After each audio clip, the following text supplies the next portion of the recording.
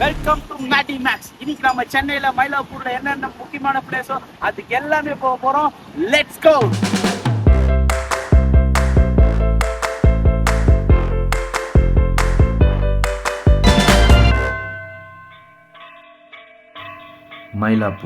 மயிலாப்பூர்னு சொன்னதும் எல்லாருக்கும் ஞாபகம் வருது கபாலீஸ்வரர். எஸ், நாம் இப்போ இங்கே வந்திருக்க இடம் பார்த்திங்கன்னா கபாலீஸ்வரர் கோயிலுக்கு.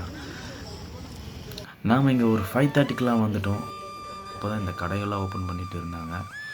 எல்லாமே இங்கே ஒரு ஃப்ரெஷ்ஷாக ஸ்டார்ட் பண்ணிட்டு இருந்த மாதிரி இருந்துச்சு. ஏன்னா இது மார்கழி மாதன்றதால இங்கே மார்கழி இசையும் போயிட்டு இருந்துச்சு. ஓகே வாங்க, ஃபஸ்ட்டு நம்ம கோயிலுக்குள்ளே போயிட்டு ஃபஸ்ட்டு சாமியை பார்த்துட்டு அதுக்கப்புறமா நம்ம மார்கழி இசையை பார்க்கலாம். இப்போ கோயிலுக்குள்ளே போயிட்டுருக்கோம். நம்ம கோயிலுக்குள்ளே போனோன்னே என்ட்ரன்ஸ்லேயே பார்த்தீங்கன்னா அந்த கோபுரத்து மேலே ஒரு நிலா நின்றுட்டுருக்க மாதிரி இருந்துச்சு. உண்மையாக அது பார்க்க செமையாக இருந்துச்சு. சரி வாங்க, இந்த கோவிலோட வரலாறு என்னென்னு பார்க்கலாம். இந்த கோவில் கிபி 7ஆம் நூற்றாண்டில் பல்லவர்களால் கட்டப்பட்ட கோவில்னும், இந்த கோவில் முன்னாடி கடற்கரையில் இருந்ததாகவும் அதுக்கப்புறமா இங்கே ஷிஃப்ட் பண்ணதாகவும் சொல்கிறாங்க. இன்னொரு சிறப்பு என்னென்னு பார்த்தீங்கன்னா, நம்ம பார்வதி தேவி இருக்காங்களே, அவங்க சிவனை மயில் வடிவில் வழிபட்டதால தான் இந்த ஊருக்கு மயிலாப்பூர்னு பேர் வந்ததாகவும் சொல்கிறாங்க. இங்கே இருக்க சிவலிங்கத்துக்கு இன்னொரு வரலாறு இருக்குது. அது என்னென்னா, சிவபெருமான் பிரம்மனோட 5 தலையை கொய்ததால தான் இங்கே இருக்க சிவலிங்கத்திற்கு கபாலீஸ்வரர்ன்ற பேரும் வந்ததாகவும் சொல்கிறாங்க. முக்கியமாக இந்த கோயிலுக்கு வந்தால் கபாலீஸ்வரர், கற்பகாம்பிகை, பிரம்மன், முருகன் போன்ற கடவுளெல்லாம் நீங்கள் இங்கே தரிசிக்கலாம். இந்த கோவிலோட மேற்கு திசையில் ஒரு மிகப்பெரிய தெப்பக்குளம் ஒன்று இருந்துச்சு.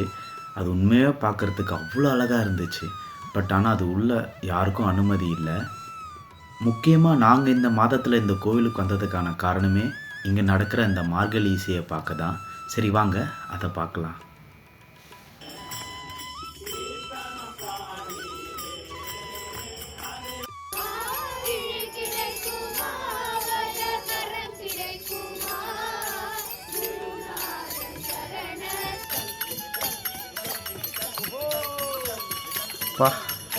சின்ன குழந்தைங்கள்லேருந்து பெரியவங்க வரைக்கும் அந்த இசையை அவ்வளோ அழகாக பாடிட்டு இருந்தாங்க. நாங்களே எங்களை மெய் மறந்து பார்த்துட்டு இருந்தோம். எல்லாம் முடிஞ்சதும் நாங்கள் சூரிய உதயத்தை பார்த்தோம். கடவுள்ன்றவர் எல்லாருக்கும் ஒன்று தான். அது இருக்கிறவனுக்கும் சரி, இல்லாதவனுக்கும் சரி. கோவிலுக்குள்ளே போனதும் நாங்கள் கேமராவெலாம் கொஞ்சம் ஷார்ட்ஸ் மட்டும் எடுத்து வச்சிட்டோம். ஏன்னா சில தருணங்களை பதிவு பண்ண முடியாது, ஆனால் மனசில் வாழ்நாள் முழுக்க இருக்கும்.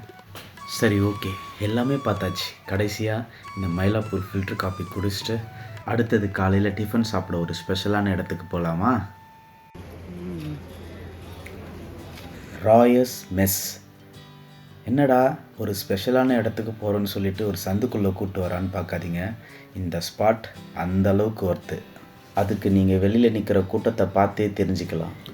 இந்த ஹோட்டலில் சாப்பிடணுன்னு நினச்சா மினிமம் 1 ஹவருக்கு முன்னாடியே நம்மளுடைய பேரை கொடுக்கணும். அப்படி பேரை கொடுத்தா மட்டும்தான் நம்மளுக்கு இங்கே சீட்டே கிடைக்கும். எங்களை கேட்டாங்க, நீங்கள் எப்படி உட்காந்து சாப்பிட்றீங்களா, வெயிட் பண்ணுறீங்களான்னு கேட்டாங்க. நாங்கள் நின்றுட்டே சாப்பிட்றோன்னு சொல்லிட்டோம். அதனால் எங்களுக்கு ஒரு சைடில் ஒரு சின்ன வழி மாதிரி இருந்துச்சு. அதுலேயே எங்களுக்கு நின்றுட்டு சாப்பிட்ற மாதிரி பிளேட்ஸ் கொடுத்தாங்க. எங்களால் இங்கே நிற்கவே முடியல. இதில் கையில் கேமரா வேறு.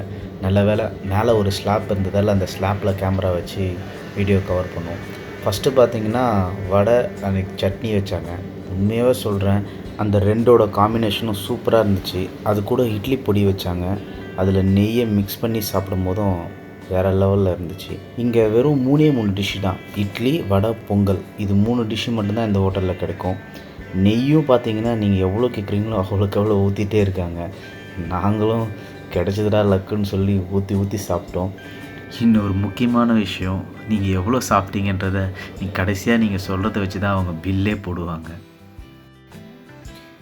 ஒரு வழியாக பிரேக்ஃபாஸ்ட்டை முடிச்சுட்டு அப்படியே நாங்கள் வாக்கிங்லேயே நடந்து போயிட்டு இருந்தோம். அப்போ பார்த்திங்கன்னா இந்த சிவனை ஒரு ட்ரக்கில் வச்சுருந்தாங்க. ஸோ அவர்கிட்ட ஒரு பிளெஸ்ஸிங்கை வாங்கிட்டு அடுத்ததாக நம்ம போன ஸ்பாட் பார்த்திங்கன்னா மயிலாப்பூர் சாய்பாபா கோவில். இந்த கோவிலோட சிறப்பு என்னென்னு பார்த்தீங்கன்னா, இங்கே எப்போவுமே அன்னதானம் நடந்துகிட்டே இருக்கும். இப்போ இந்த கோவில் புதுசாக ரெனோவேட் பண்ணுறதால அதோடைய கிராஃப்ட் இங்கே வச்சுருந்தாங்க. அந்த கோவில் ஃப்யூச்சரில் இப்படி தான் வரப்போகுதுன்னு சொல்லியிருந்தாங்க. சரி வாங்க உள்ளே போய் சாய்பாபாவை பார்த்துட்டு அப்படியே அங்கே இருக்க அன்னதானம் சாப்பிட்டுட்டு நம்ம அடுத்த ஸ்பாட்டுக்கு போகலாம். இப்போ நம்ம அடுத்ததாக வந்திருக்க கோவில் ஸ்ரீ ஆதிகேசவ பெருமாள் பேயாழ்வார் திருக்கோவில். என்னடா பேரே இவ்வளோ பெருசாக இருக்குன்னு பார்க்குறீங்களா? அதுக்கேற்ற மாதிரி தாங்க அந்த கோவில் இருந்துச்சு.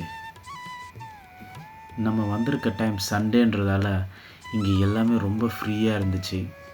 ஸோ சீக்கிரமாகவே சாமி தரிசனமும் பார்த்துடலாம். இந்த கோவிலில் இருக்க அந்த டிராயிங் எல்லாமே அவ்வளோ கலர்ஃபுல்லாக இருந்துச்சு. நாங்கள் லைவாகவே அங்கே கலர் பண்ணுறதெல்லாம் பார்த்துட்ருந்தோம்.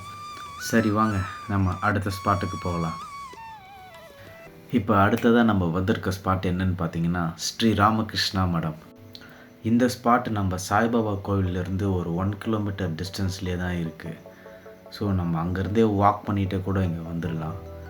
இந்த கோவில் உள்ளே வந்த உடனே பார்த்திங்கன்னா ரைட் சைடில் ஒரு பார்க்கிங்கும் இருக்குது.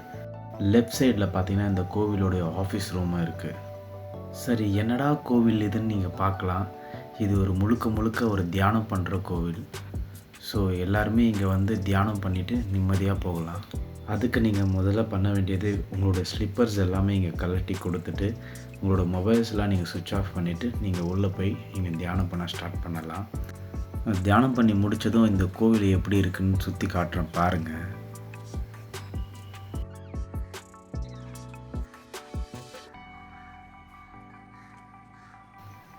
இந்த கோவிலை சுற்றி ஃபுல்லாகவே ஒரு கார்டன் செட்டப் பண்ணியிருந்தாங்க. சென்னைக்குள்ளே இப்படி ஒரு இடத்த நீங்கள் வேறு எங்கேயுமே பார்க்கவே முடியாது. இங்கே அவ்வளோ அமைதியாக இருந்துச்சு. இங்கே இருக்க கோவில்லேருந்து சரி, இங்கே இருக்க லைப்ரரியிலேருந்து சரி, எல்லாமே வந்து பார்த்திங்கன்னா அவ்வளோ சைலண்ட்டாக அவ்வளோ சூப்பராக இருந்துச்சு. ஆக்சுவலாக நாங்கள் இங்கே ஒரு 30 மினிட்ஸ் தான் பிளான் பண்ணோம். பட் இந்த கோவிலை விட்டு போகிறதுக்கே எங்களுக்கு ஒரு 1.5 ஹவர் கிட்ட ஆகிடுச்சு. சரி வாங்க நம்ம அடுத்த ஸ்பாட்டுக்கு போகலாம். இப்போ நம்ம வந்திருக்க ஸ்பாட் சென்னை சாந்தோம் சர்ச்.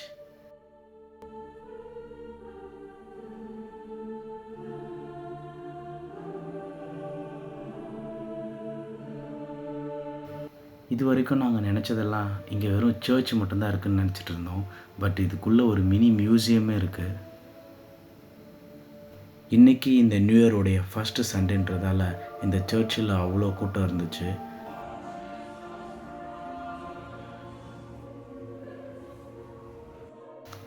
ஒரு வழியாக எப்படியோ சென்னையில் இருக்க டெம்பிள் விசிட்லாம் முடிச்சிட்டோம். அடுத்தது எல்லாருக்கும் ஃபேவரட்டான மெரினா பீச்சுக்கு தான் இப்போ போக போகிறோம்.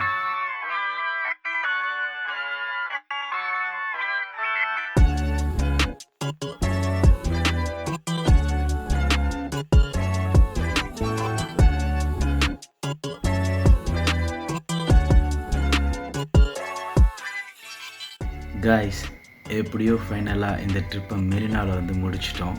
இப்போல்லாம் எல்லாருமே அவங்க லைஃப்பை அவங்கவுங்களுக்கு பிடிச்ச மாதிரி எல்லா இடத்துலையும் எக்ஸ்ப்ளோர் பண்ணிகிட்டே தான் இருக்காங்க. முடிஞ்சால் நீங்களும் இந்த உலகத்தில் என்னென்ன இருக்கோ அது எல்லாத்தையும் ஒரு வாட்டி எக்ஸ்பீரியன்ஸ் பண்ணி பார்த்துருங்க.